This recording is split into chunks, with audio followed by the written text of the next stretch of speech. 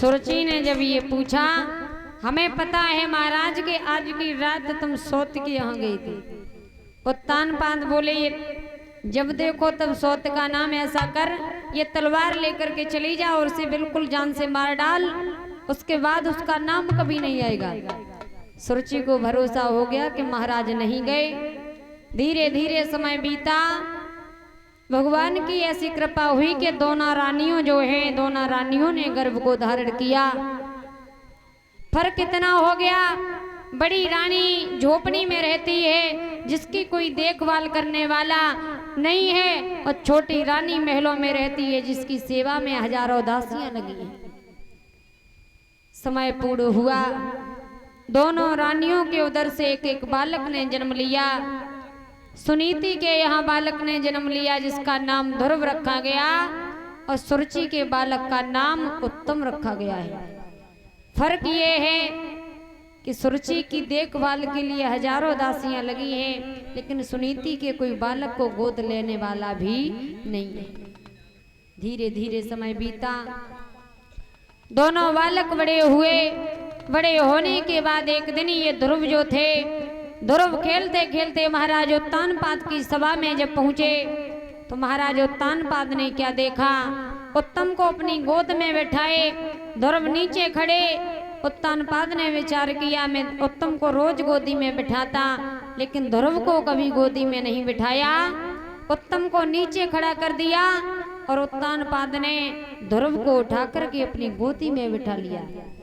वहां पर एक चुगला था, चुगला देखता रहा जिसे चैन नहीं पड़ा। चुगला चूकत है नहीं, गाय कहो चाहे रोए, और घर घर फूट कराए दे सो करे एक से। चुगला को चैन नहीं पड़ा, चुगला वहां से भागा। महारानी महल में जाकर के देखो, तुम्हारी सौत का बेटा महाराज की गोद में बैठा और तुम्हारा बेटा जो है वो जमीन में खड़ा है।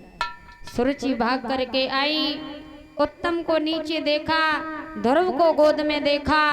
आकर के सुरुचि ने क्या किया, ध्रुव को गोदी से उठा करके जमीन में फेंक दिया। एक बात कही, अगर तुझे महाराज की गोद में बैठना था तो क्यों नहीं मेरी कोख से उतार लिया है। श्रोताओं, महाराज ध्रुव जब जमीन में पड़े, उत्तानपाद कुछ नहीं बोले। ध्रुव जो है रोते रोते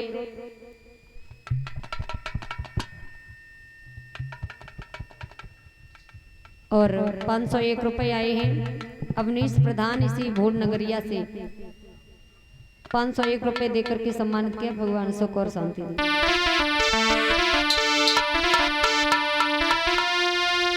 अरे विपत्ति भावई घर घर डोले, एक दिन समय सताए दो जा।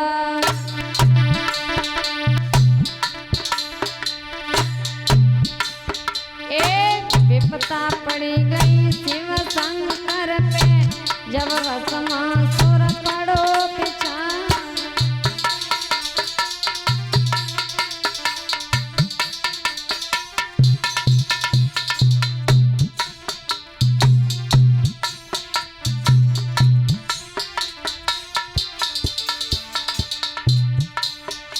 ए देखे मूड गुफा में घुस गए, बेहर बनी गए नरसेना। जो गिरधारी होते नहीं कहे, मिट तो वंश दिगंबर चार।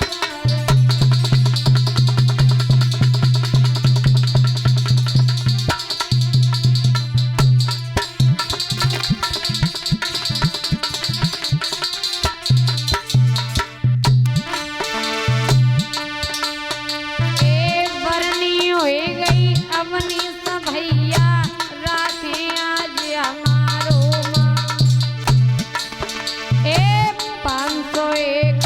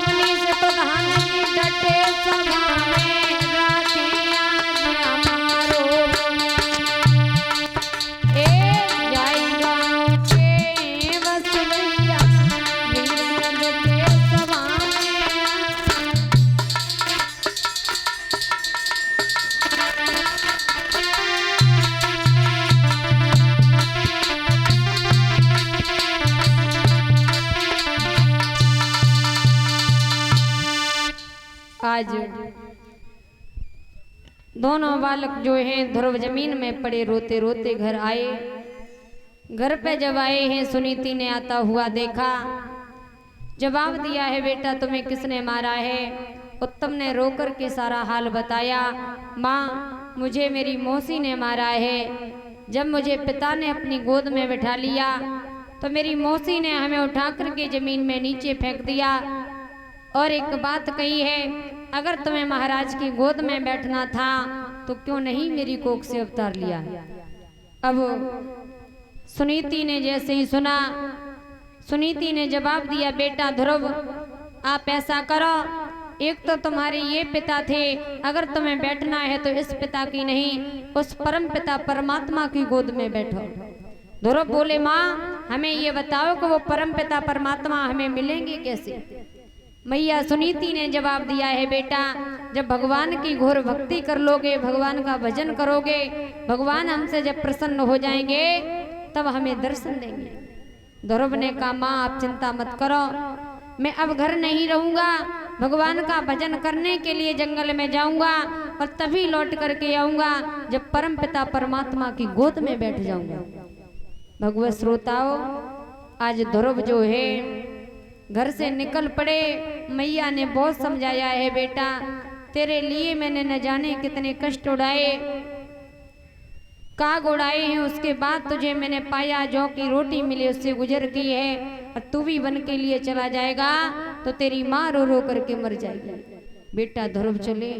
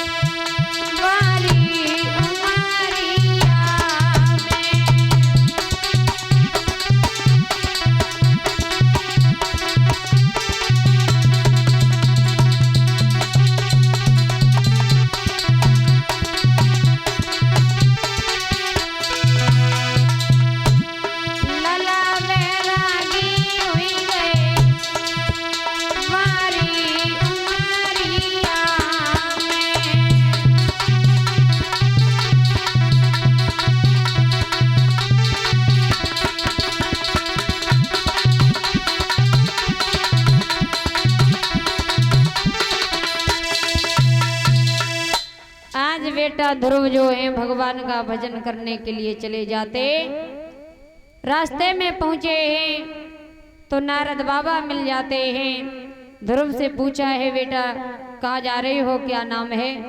ध्रुव ने जवाब दिया मेरा नाम है ध्रुव और मैं भगवान का भजन करने जा रहा हूँ क्योंकि हमें परम पिता परमात्मा की गोद में बैठना है। नारद जी बोले बेटा तुम्हें ये पता होना चाहिए कि बीड़ा बजाते बजाते जो दाढ़ी पे सफेदी आ गई, हमें भगवान नहीं मिले और तुम्हें इतनी छोटी अवस्था में भगवान कैसे मिलेंगे।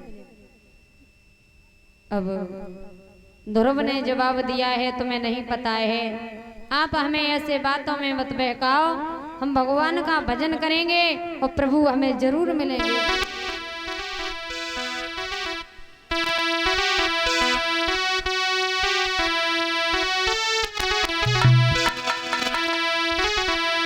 कि क्यों धमकाए रहे बाबा जी मैंने देखी है दुनिया, क्यों धमकाए रहे बाबा जी मैंने देखी है दुनिया।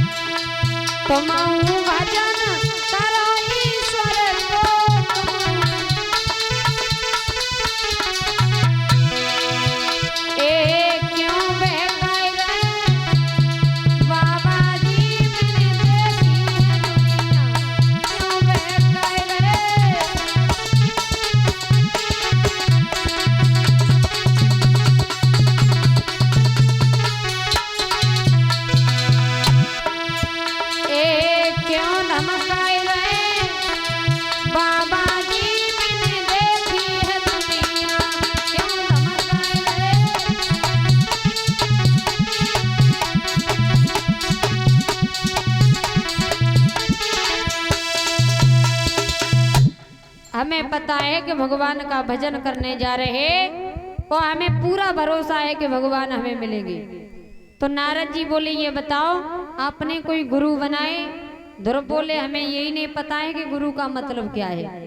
नारद जी बोले गु माने होता अंधकार और रू माने प्रकाश, जो अंधेरा को भगा करके हमारे जीवन में प्रकाश देता है वो होता है गुरु।